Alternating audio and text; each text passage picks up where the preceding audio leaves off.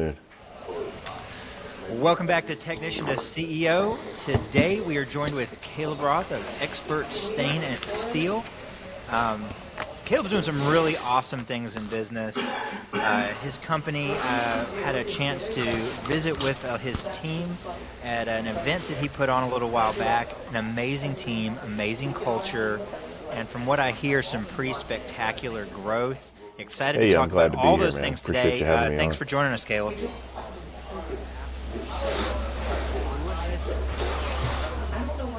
Yeah, absolutely. We wouldn't miss it for the world. So one of the things, and I just have like a really bad habit of doing this because I'm so interested. So hopefully it is interesting for the audience as well. What made you get into business for yourself? Wanted to make more money, I guess. How did that who knows? come about? Why does anybody get into it?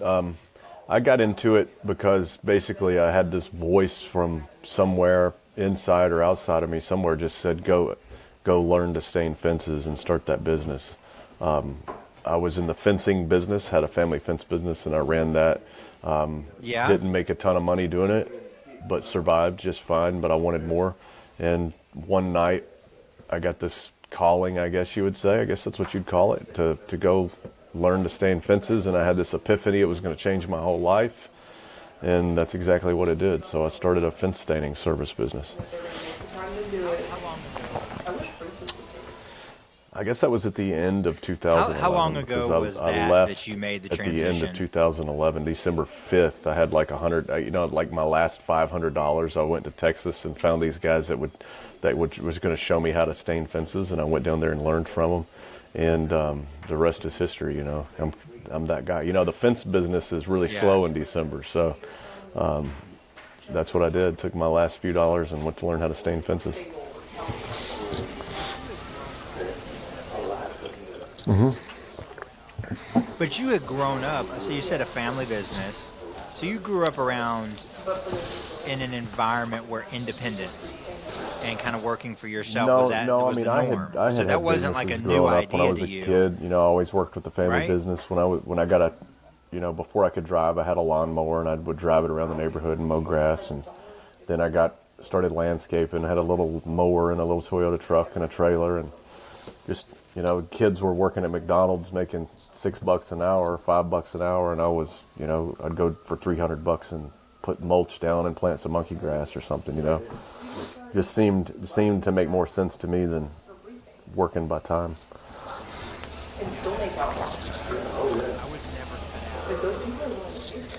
Yeah, I understand that. I was never cut out to just work a job or stay in school or really any of those things. Just didn't really jive with me. So when you got started, how did it go? Was it you just kind of took off and everything was just uphill, or was it kind of hard in the beginning when you were out there staining day to day? Every little thing you get seems like a big deal, right? So like you see guys on the internet that are like, I got my first check today from my side hustle or from my wash company or my stain business, and it's a $99 check. That's a big deal. So it seemed like everything I did was a big deal. I was excited and I was always pushing forward. So yeah, I mean, it was tough, I don't even want to say it was tough, man. I liked it, There was one year, I think in 2015, I worked every Saturday but 1 or 2 Saturdays of the year. But I didn't care. I mean, I loved it. So I don't know. Yeah, was it tough? Sure. You got to do tough things sometimes.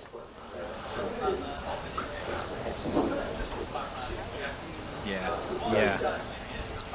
So at what point did you transition from being just like, you're out there, you were selling it, you were doing the staining, you're wearing all the hats, to actually starting to have some kind of team, starting to have some kind of help? And what...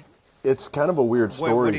How did it grow? For years and years and years, I listened to and input information into my brain, like sales training, self-development, things like that, constantly. And constantly, you got to put systems and processes in place to scale your business. And then I would go to these events or read books about systems and processes, and I'd finish the book and I'd say, well, where the heck was the system or process? I didn't get it out of the book. I'm looking for those processes. And but it just seemed like one day I woke up and I'm traveling all over the country and going to events and things, and the business is still running. And so it was like I woke up one day and it was happening. And so, and then I've got other friends that have businesses and the same thing is going on in their business. And so looking back and trying to figure it out, I guess the main thing was just putting good, positive stuff in my head and finding people that have been there and done it and just do what they say to do and just follow the leader, right? So that's kind of what I did. There's not one thing, it's just a bunch of little things, and it's never perfect. It's constantly tweaking stuff. But I guess the main thing to begin that process is to let go of all the crap that you do and teach other people to do it. I mean, it sounds pretty simple, right? Mm-hmm. Right. Simple and easy are not the same thing, though, right? So 2 questions that come to mind real quick. I'll try to ask both of them. What was that first I crucial think hire? It wasn't the that you first made? crucial hire. It was probably the first crucial fire. So the people that made the most impact were the people we let go, I guess. Okay. It was a big impact. And you got to let toxic people go in order to attract good team members. So you got to cut out the bad stuff right first, and then the good things will follow. You can't have bad stuff or toxic things going on in your company and expect A players to come on board, at least not in my organization. So that was probably the start. And then, I don't know, I mean, I can't put my finger on one individual person. It was all the people that we've got. There was people that came and went, but our key players have been all valuable, if that makes sense. I think the one thing, so I told I've got a CPA who's a close family friend, what we were going to do in revenue one year, and he said, well, there's no way you'll ever do it without hiring an operations manager. And so I hired an operations manager, and I've hired managers in different places because we needed them, and it's worked out. So they're all equal, man. I can't, you know what I mean? It's like spokes in a wheel. They're all extremely important, extremely valuable. But if you take one out, the whole wheel collapses. So need everybody. Yeah. Mm-hmm. Cat to get out of one of my lights back there commenting it. So I think that's solid. That's really interesting. I hear different things, when I talk to people. Some people kind of point back, when I brought this person in, everything really changed, and I think that's a very interesting perspective. At the end of the day, you're right. They're all part of a team, and if everybody isn't, doing their part, it doesn't work. So, extremely wise. You said you really enjoyed reading books and taking in information. Is there a book or something that stands out in your mind? Oh yeah, there's lots of books. I mean, I think whatever you're interested in or you don't know about, read a book about it and find somebody that knows about it.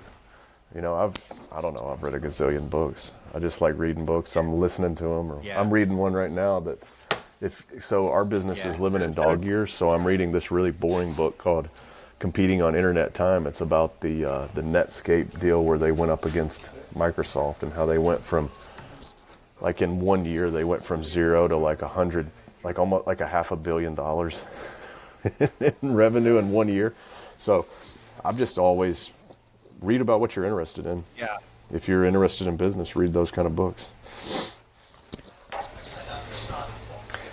Man, yeah, I will. So you're not going to the number one book people need to read in business, in my opinion, is that right there, Scaling Up by Vern Harnish. It's called Mastering the Rockefeller Habits, and it's a super powerful book, and it goes over some proven things that will work in any business, and you can't listen to it on audiobook. Because I did, and I didn't get anything out of it, and then I went back and read it, and I don't know if you'll see all the highlighted stuff in here, and then I've got this whole, this is all part of that plan, And so, yeah, I think you read 1,000 books, but I think scaling Okay. up is definitely one that will help you scale up your business. There's a page in here that I'm looking for. I need to bookmark it, but I'll just read it to you. Okay. And it is what the Rockefeller habits are. And if you're doing all these things in your business, you probably got a pretty darn good business. Let me just look it up. But yeah, you can ask me another question, and I'll find this and I'll read it in a second.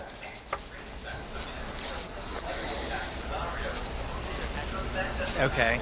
Okay. Well, I mean, thank you for the Well, recommendation. this isn't a book that this is a book I read. This is a book I read 8 years ago or something, and I just couldn't do anything with it. But I'm in this group called EO. It's Entrepreneur Organization, and I'm sitting around the table with these guys who've cashed out of $100 million businesses or built businesses up, cashed out at $100 million bucks, and lots of different guys like that. And the one thing that kept coming up was mastering the Rockefeller habits. And I figured those guys knew what they were talking about more than I did. So Okay. I dug back into that book and really started reading it. And then, that's what we're doing.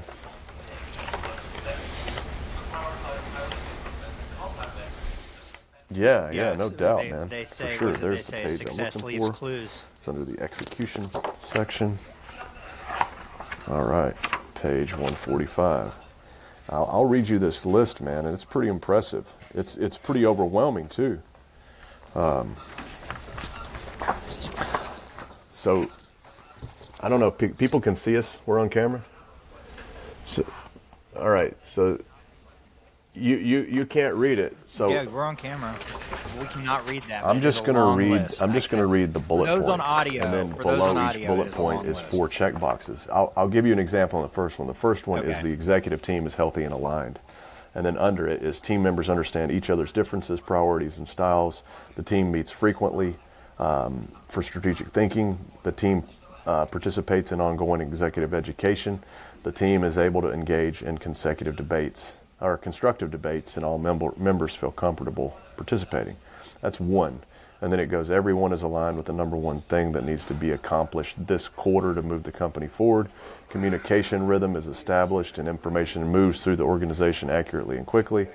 Every facet of the organization has a person assigned with accountability to ensuring goals are met. I could keep going, but when I read that page, I was like, holy crap. Because Yeah. each one of these 10 things has 4 check boxes under it. So that's 40 items. And it's a lot, and you can't do it all. You can do it all in 20 years. You can't do it all in 1 year. So, man, that's the number one book, but it's a hard book to read, and you got to be committed to it. It's kind of like a challenge. It's like a really hard challenge.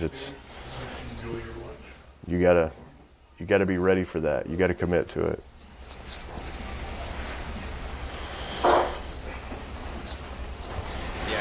Yeah. I mean, it sounds super solid. So I was listening to that first one. I was like, okay, are we doing okay? Okay, we did Yeah, pretty good. So when I was doing a little mental check there, Yeah, it's we're like doing pretty good you on number pick a one, random so, one. If you just pick you know, something we're- random, Yes. and just if somebody comes up to you right now, and if you're listening to this, can your employees articulate the following key components of the company's strategy accurately? What is your big, hairy, audacious goal? What's your 10, 20-year goal? Who is your core customer? What's your core customer, their profile in 25 words or less? 3 brand promises and the corresponding brand promise KPIs reported on a weekly basis. And your elevator pitch, a compelling response to the question, what does your company do? That sounds so simple, doesn't it? Yeah, it's just stuff like that. I mean, sounds if you so can simple really till you slow try to down and say get it those things, and do it makes a difference. We just started that this year, really diving in. We tried it last year and couldn't really do it on our own. We had to get some help with it, but I believe in that. So that's what we're doing.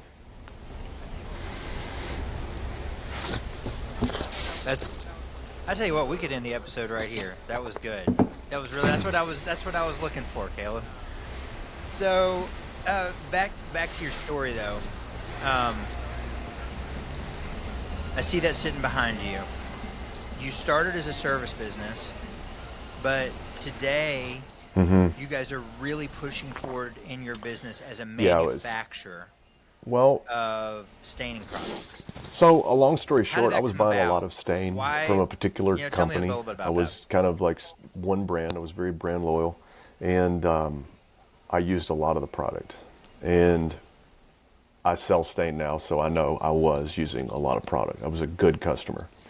And I had some warranty claims, and I had like 20 of these things on decking, and I would go out and fix it. And it was usually the same thing, but I couldn't figure out what to do to fix it.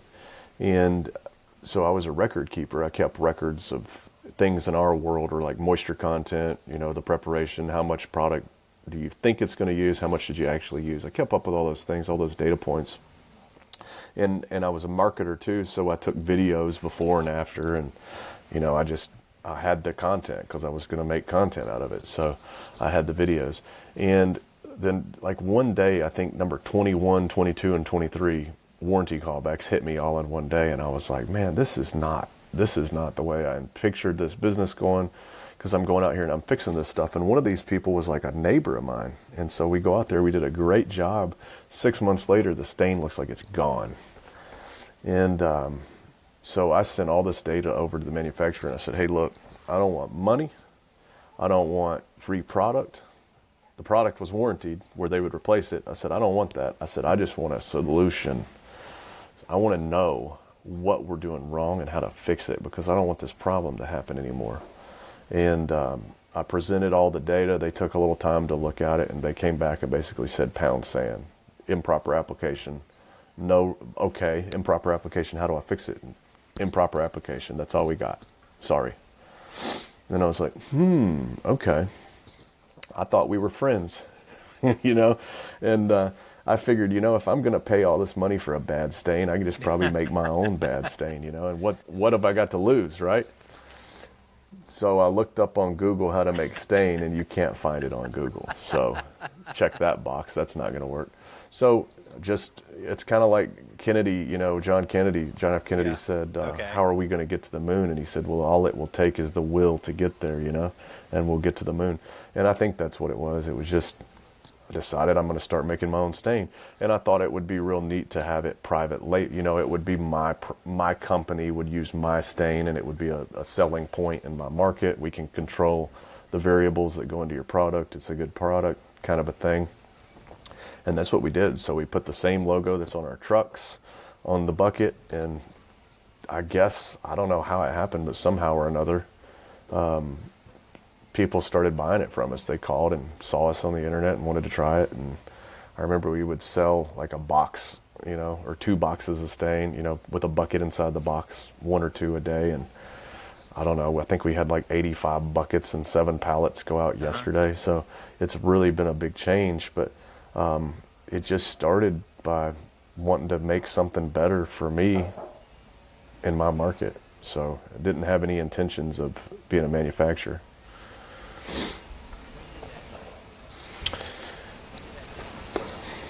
When did that change?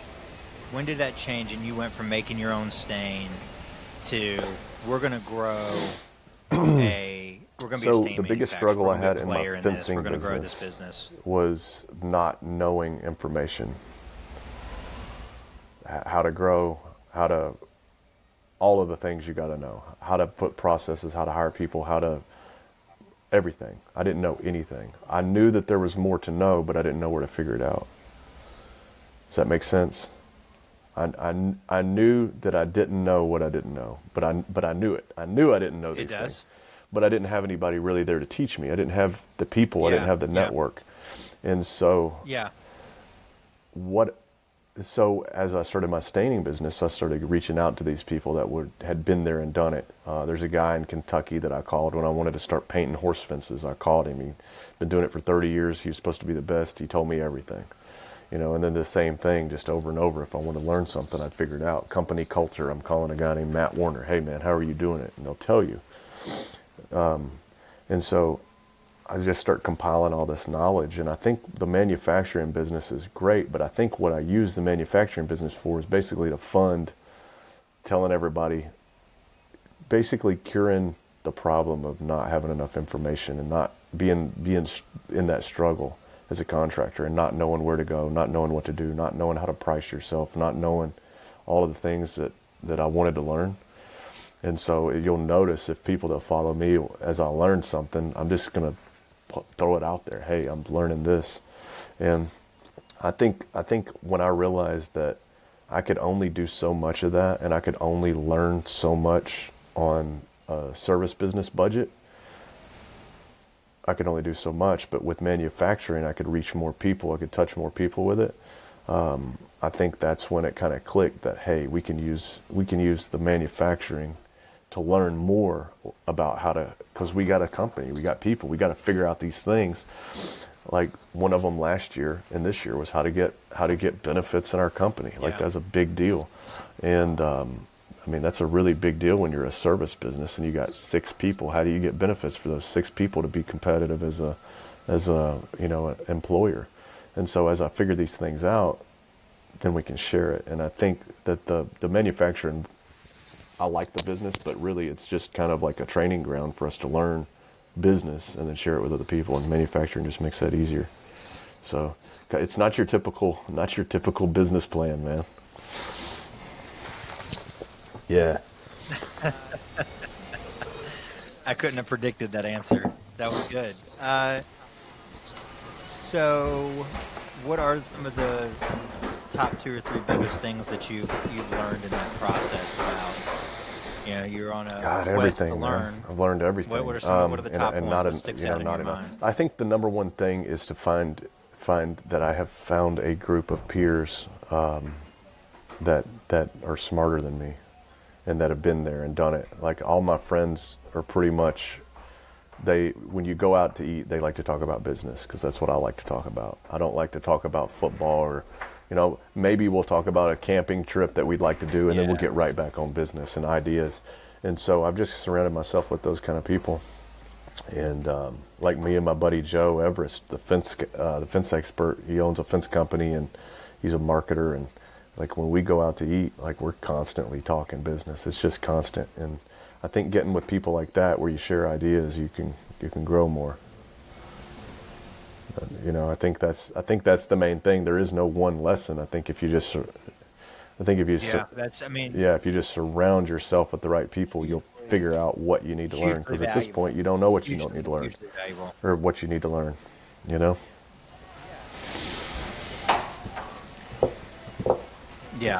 If you,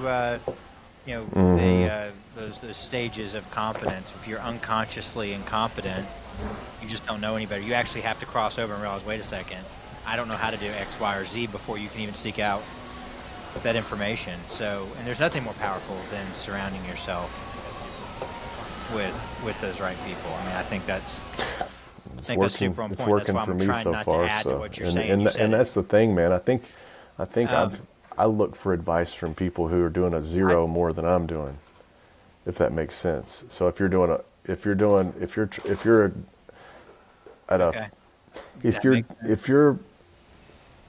trying to quit your job and start any type of business, do you want to take advice from a guy who's been doing it for 6 months and he's going to do 100,000 in revenue, or do you want to talk to a guy who's like doing 1 million to 10 million? Because that guy can show you so much faster. Say, hey, you need this, this, this, and this. It's just experience, he'll get you there faster. And so, I think the guy who quit his job last year and he's ahead of you, and he can definitely fire you up and get you motivated. But if you really want to move it fast, then find somebody who's been there and done it. Because what you notice is as guys get bigger in their business and better at business, they start new companies, and the first business might have took 20 years to get to 20 million. The second business took them 2 years to get there, or it took them 6 months to go to 7 figures. So, and I know it's not all about revenue, but I think the point is that you learn these things like the Rockefeller habits that work over and over again. It's kind of like if you have a power wash company and you wanted to set one up in another market, well, you know what you got to have. You got to have a truck. You got to have a way to market. You got to have people. You got to have these things. And as you figure it out in business, it starts to snowball, right? You you can recreate things easier once you learn them.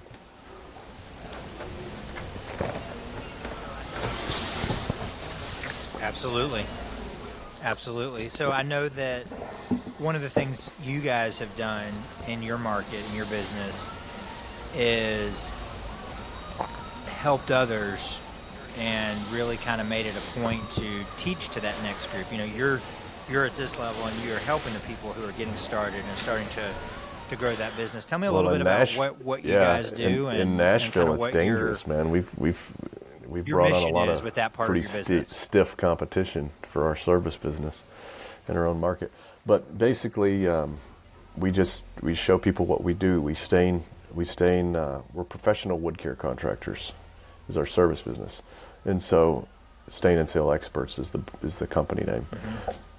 We go out and people call us with a problem and we go fix it. And the problem is they built a new fence and they don't want it to turn gray, or they've got an old fence or deck and they want it to look new again and then preserve it. And that's what we do, and we just teach people what we do. Best practices. We bring, I guess you're talking about maybe our classes. We just bring people in that know the business and share all of those ideas together and maybe kind of collaborate with everyone so that we can have, kind of the rising tide raises all ships type thing in our industry.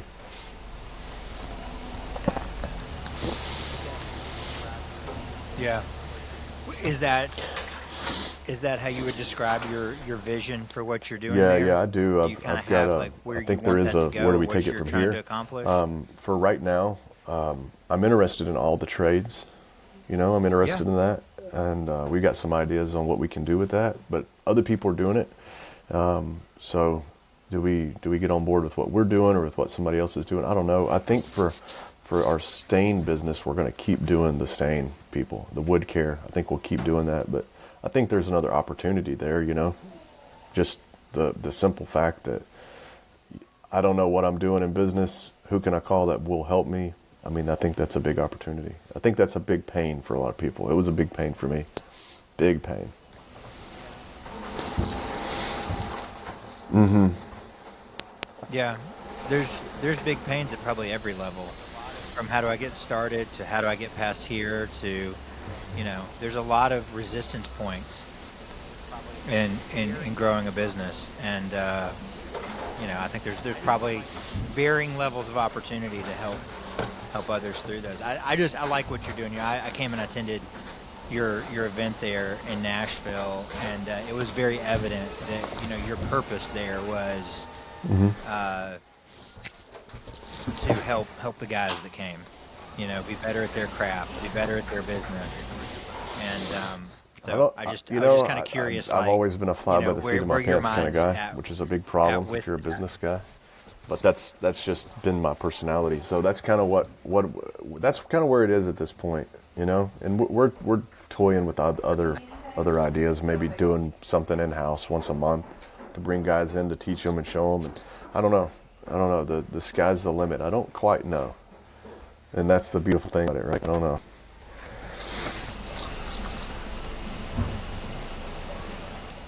I think I've lost you. There you go. Fair enough. You kind of cut out a little bit there. I want to make sure. Okay. Yeah, basically I lost all. You too. I wasn't sure. We'll just all I said was the truth is I really don't know where it's going to go from here, and I'm okay with that. Just kind of figuring it out as we go.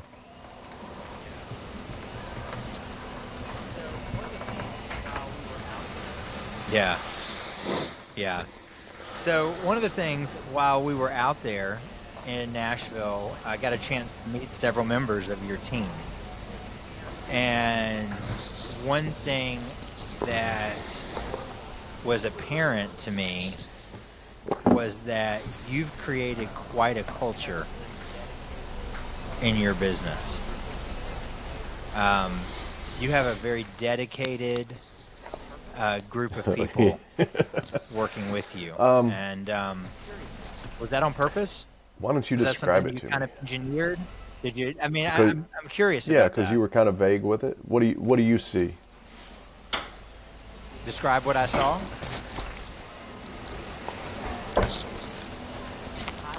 Everybody I met had a high level of belief in what you're doing. Uh, Saw nothing but a exciting vision for the future of where it's headed, and I'm trying to think the way to say this without sounding, I don't know how I don't want to sound, but they had immense trust, respect, and admiration for you as their leader. And I didn't ask about any of this. This was all like 100% volunteered. As we walked around, whatever that honky tonk is, you had the social at. And we went around and talked to different people, and they all shared their story of how they came to be on your team, and how highly they think of you as their leader and where things are headed. And they were all in. They were all in. That's exciting. I appreciate you saying that. I'm very curious how that came to be. How did it become to be? It's like one day it was done. It was just like it was, if that makes sense. But I think what contributed to that was accountability. And like, I don't run the show here. The team runs the show. It's a team. It's a group effort. It's a team thing. And I don't know, man. I mean, just what you described, like the future, we all know that the future is bright. It's common knowledge here. We only hire people that fit, our culture, and people that don't fit our culture, they don't stick around. If they don't fit, if they sneak their way in, they don't fit, they leave, because we're just a high level. I don't want to say a high level. We operate at a high level for sure, but we have common cultural core values, if that makes sense. Like if you look at our business core values and then all the people's core values, it's the same. So basically what I'm saying is, if you feel a certain way about certain things in life, then you should hire those kind of people, right? If you don't want people on your team that do drugs and party and steal things and lie, and then just don't hire those people, right? It's like the Jocko Willink thing, It's like if you wanna, get up earlier, just get up earlier, right? So I think we've just made it important to hire nice people, and all our people are nice, and they're all motivated, and I'm motivated, they're motivated, and their voice is heard here. And I don't know, man. This is just what we do. It's like putting a formula to it. I don't really know. I think we have good intentions, and we take care of our people. We love our people. Couldn't do it without them, and that's pretty much it.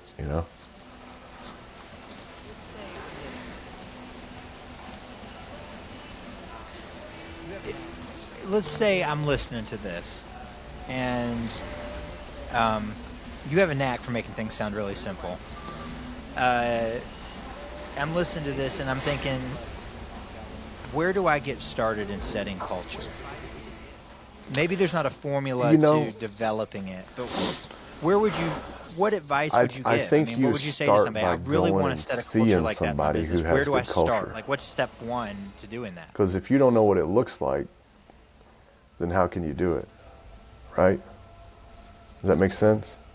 Like if you live in a cave and you've never been to the other, been to in a $5 million home and walked in, then you don't even know that exists, right? So I just did a podcast last week. I'm going to plug my podcast, the Stain and Seal Experts podcast, with I call him the king of culture. He's a guy named Matt Warner. He's got 10 businesses, and you walk to his place. You walk through his place, all his people are just, it's like what's a hotel that's really nice, they can spend the money on you. I can't remember the name of the hotel, but it's world famous for service, right? Customer service. And it's like that. And I thought it was fake, but I kept coming back, or I would, be somewhere where the main event was not happening and the people all acted the same way. And so seeing it, I think, makes you understand what it is. So you need to find somebody with a really good company culture, go see what that looks like first. understand it. And then if you see it and you understand it and you want it, I think you'll go get it and you'll figure out how to go get it. Does that make sense? I think you just got to want something, right? If you want it bad enough, you'll go get it. But you got to know what it is first. You got to identify it. Yeah. Yeah.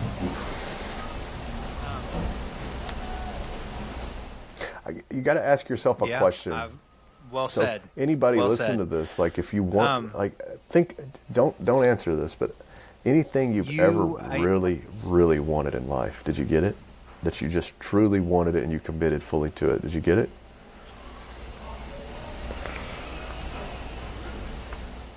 I mean, if you went all in, right? When you were 16, you wanted a car, you went all in, you got one. You know what I mean? I think most people, if they really, truly wanted something, commit fully, you'll get it. And so I think that if you identify whatever that thing is and go see what it looks like somewhere, and then you strive for it and you truly commit to it, I think you could get it.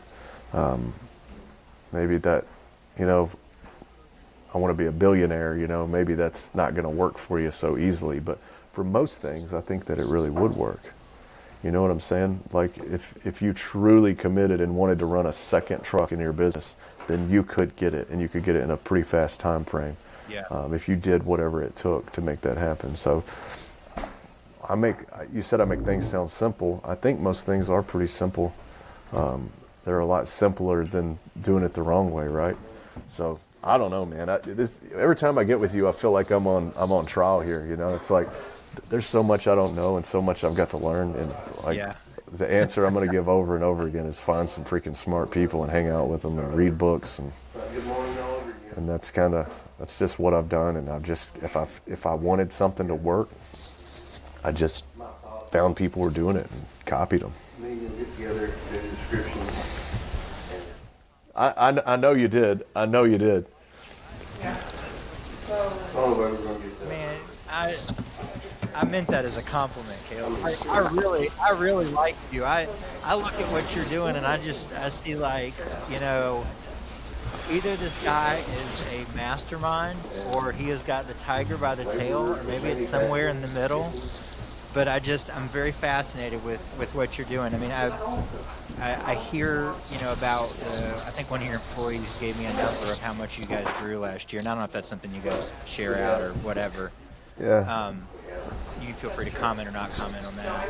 But I think if you're doing that, where you guys are at, you're doing something right, and you have people talking about your business that are in the business that way, you're doing something right. And, I know when I've spoken to Matt Warner, the way that, I guess I feel a little maybe inadequate is the word with my answers because I'm just trying to pick your brain because I'm just so curious. I mean, that is the answer. The answer is, I think one of the things is believing in your people, because we all got this negative head talk, right? Like you get somebody, try this one thing with one of your team members, think negatively about them and see how their performance goes down.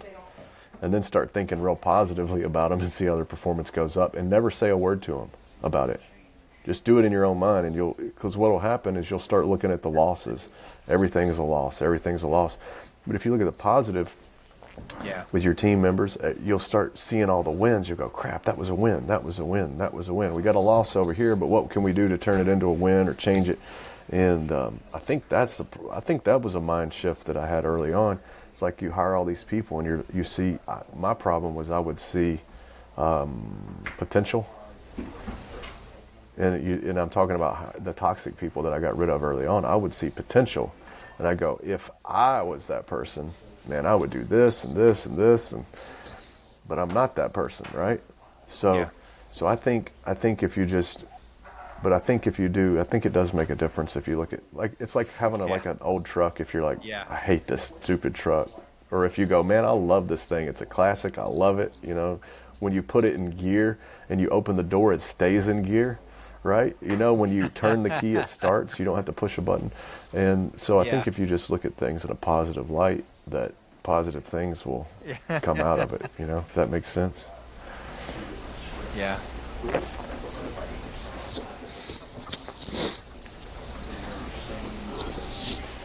it makes perfect sense. So, couple of thoughts. There was so much wisdom in what you said about surrounding yourself with the right people. If you want your life or your business, anything in your life to grow, surround yourself with those people. If you want to understand marketing, talk to your customers. There are some very, very fundamental, non-complex truths in life like that. And if you know, and the people that get them right and that really lean into that, get out of their own head, they're going, like you said, you'll get there. And I'll share a quick story. I really hate podcast hosts that just constantly throw their 2 cents in there. I remember I was 22 or 3 years old, and I had decided I wanted this car. Nobody's ever heard of it. It's called a Noble. It's an English car company. They make them down in South Africa. It was really light, really fast. Something I really couldn't afford at the time, and but I really, really wanted it. And so I just kept on with it. And I went and I found a guy. There was like one person within like an hour here that had one. And I found him and I met him and I sat in his and we went for a ride. And I wanted it so bad that I could lay in my bed and close my eyes and I could smell it, I could touch it, I could taste it.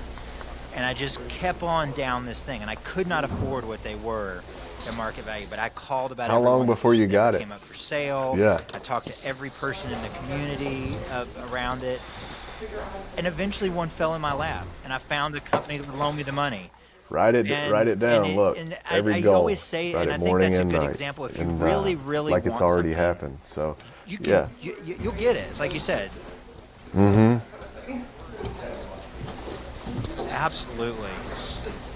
Absolutely. So, and just be careful what you ask for. Like, focus on worthy things. That was a terrible thing to focus on. I mean, it was great. I enjoyed it at that age. Right. But like, focus on worthy things because I'm gonna write that wherever, down. Focus on worthy as a man things. I like thinketh, that. so is he, right? Anyway, so just to, every once in a while, Caleb, every once in a while. So, one more question for you. Close this out. What are you most excited about this year, moving forward? So I got something right here. What's on the horizon wrote that on you're my- most excited about? So what am I most excited about? So one of my goals here says I have helped 1 billion people. And Okay. I write it down a lot. So helping, like finding new ways to help people. I know that you hear everybody that we hang with and hang out with, they're like, we just want to help people. But what does that actually mean? For me, the struggle that I had not knowing anything in business, and I still don't know anything in business really compared to a lot of people. But like that guy who's struggling to run his service business was me. One truck or whatever, when I had a fence business, we ran a couple crews, but I couldn't figure out how to grow. I couldn't figure out how to make more money. I couldn't figure out how the other guys were getting new equipment and new trucks. And a lot of them were probably doing it with bad debt and stuff. But I couldn't figure out the stuff, right? And so the struggle for me was that pain, identifying that pain, and then how to fix it. And so I think that's probably my calling in life, is to figure out how to connect people with people that can help them. And so that's kind of what I'm most excited about. And that's what I'm trying to figure out. And I think that's what I'm most excited about, doing that, figuring out a way to help a bunch of people. First you gotta learn the truck. Then you gotta learn the truck and the product. Once you do those two, and you can get your own crew, then I love that. Well, I see you doing it. you start to finish that. I see you doing it and Well, what you're doing. the good and, thing- I The good thing have is no I'll get to doubt learn all this that, stuff along the way, right? you can make So a it'll big benefit impact it'll on this benefit industry our and people probably, and my family, but well, probably I well want it to beyond, benefit so. a lot of people. And so I think that's what it'll do. Yeah. And it's good, like our market here in just our service business, the market's gone up because people have learned the processes, they've learned what to do, and the level of service in our market from all providers is way higher than it used to be. And guys are successful, they're making money, they're able to service better, right? If you can make more money, you can service better. And so I think if you take that to all trades, all businesses, manufacturing, whatever, and you can have companies where people are happy to go to work, because not everybody's cut out to own a business. But if you can figure out all those things, because that's a big part of business too, is not the service part's pretty easy. It's how do you fill all the seats with happy people who are happy to come and happy to stay. And so if we can figure that out and share it with everybody, I think it'll be good. That's the plan.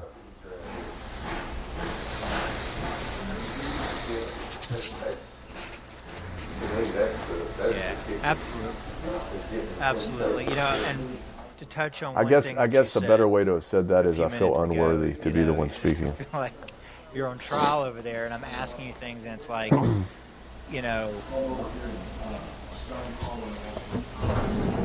Well, and that's what I want to touch on. And this is a personal belief that I have. I think anyone who is accomplishing and growing, accomplishing things and growing at some level, whether they like to talk about it or not, it feels a bit of imposter syndrome. Yeah, you're probably right. And I think if you're not feeling that in what you're doing, you're not growing. It's okay. It is okay to feel that. It's okay whether you're a technician and to think, if they only knew that I'm not 100% sure how I'm going to get this done. If these people only knew that I'm not 100% sure what this story answer of my is to life, what I'm man. being asked. I don't know how You're we're not going to do it. putting Don't worry yourself about in it. those Sell it. We'll situations, figure it man. out. I don't think you're making progress for it. So it is okay to feel a little. Yeah. The difference is there are people, and you are one of those people, and I'd like to think that I'm akin to that in some ways, that are okay with it. That are okay saying, I want to get here. I'm not sure what the middle piece is.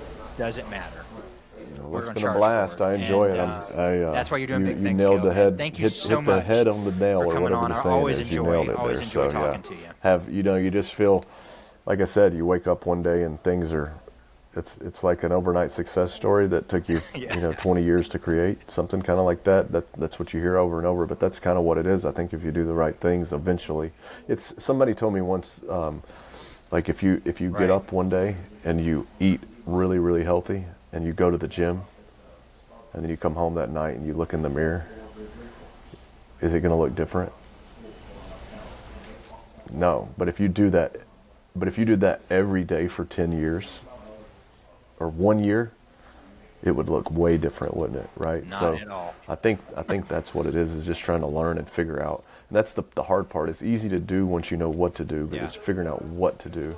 And if you can figure out what to do, that's a good thing. I'll give you another story. So when my business started getting to where it was sort of running itself, I kind of had this, I don't want to call it a depression, but I felt like, what am I doing? What do they even need me for? What am I contributing? I was feeling that quietly. And then I go and I talk to my circle of friends, and they're all like, yeah, we're having the same problem. Like I feel like, and one other guy that I talked to, who's a little older, a little further along the race than me, he said, about a year ago, I was having that problem. I got real depressed about it, and he said, and so it's good to know that those things happen. That once you do get to where the business runs, there's going to be other challenges and other things to figure out. So that's the way it goes.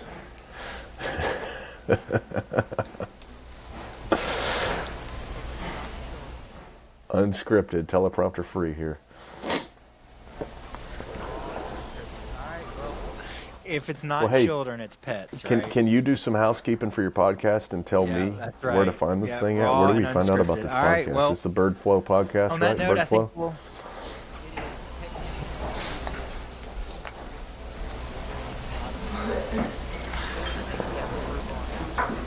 It is Technician to CEO. We are on Google and Spotify, and I think we have approval on Apple. It's still a very young project. I think this is probably the 10th or 11th or 12th episode we've recorded. I'm not entirely sure. I'm recording these pretty quickly. Yeah. But that's the We, main place we, to find it. we They're do a finding it on stain your industry favorite podcast specific place, podcast. Technician It's to the Stain and CEO. Sell Experts podcast. And but tell us like, about I your would like to podcast put one this more on time, there. because You know, I'm sure I there's love sharing awesome other stuff on content, there.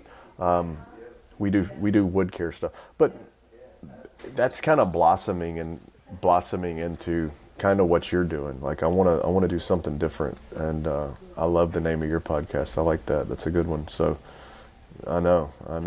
I've got the URL though. I'll pitch you a price later because I got that. You know. I'm kidding. You But can't have it. hey, I would love that. I would love that. That's fun. Yeah. Yeah, for sure. Well, you can come co-host this anytime you want, Caleb. Yeah, heck yeah, man. I welcome it. Yeah. I hope we get to do a bunch more content together. I know this is a really Let's do the next we're one. Let's just go ahead and grazing schedule on it the when we top get of the off, and let's give surface, the people and, something to look forward we to. got to have Let's do some one opportunities about to make some things where how we do can you actually go go from deep on CEO something. from technician to CEO, and I think there's a stepping stone called the truck office. So you're not on the end of the gun. You're in the truck watching your guys work, so you can handle problems as they arise. But you're Okay. in the truck. You're in the office making phone calls, making sales, running the business from the truck, and you can see your people. Okay. If that makes sense. Let's do one on that. Yeah. Okay. That sounds awesome. Let's do it. All right, guys. Thanks. Well, you heard it here. Next episode, we're going to talk about the truck office. Thank you, Caleb. This has been another episode of Technician to CEO. We'll see you guys next time.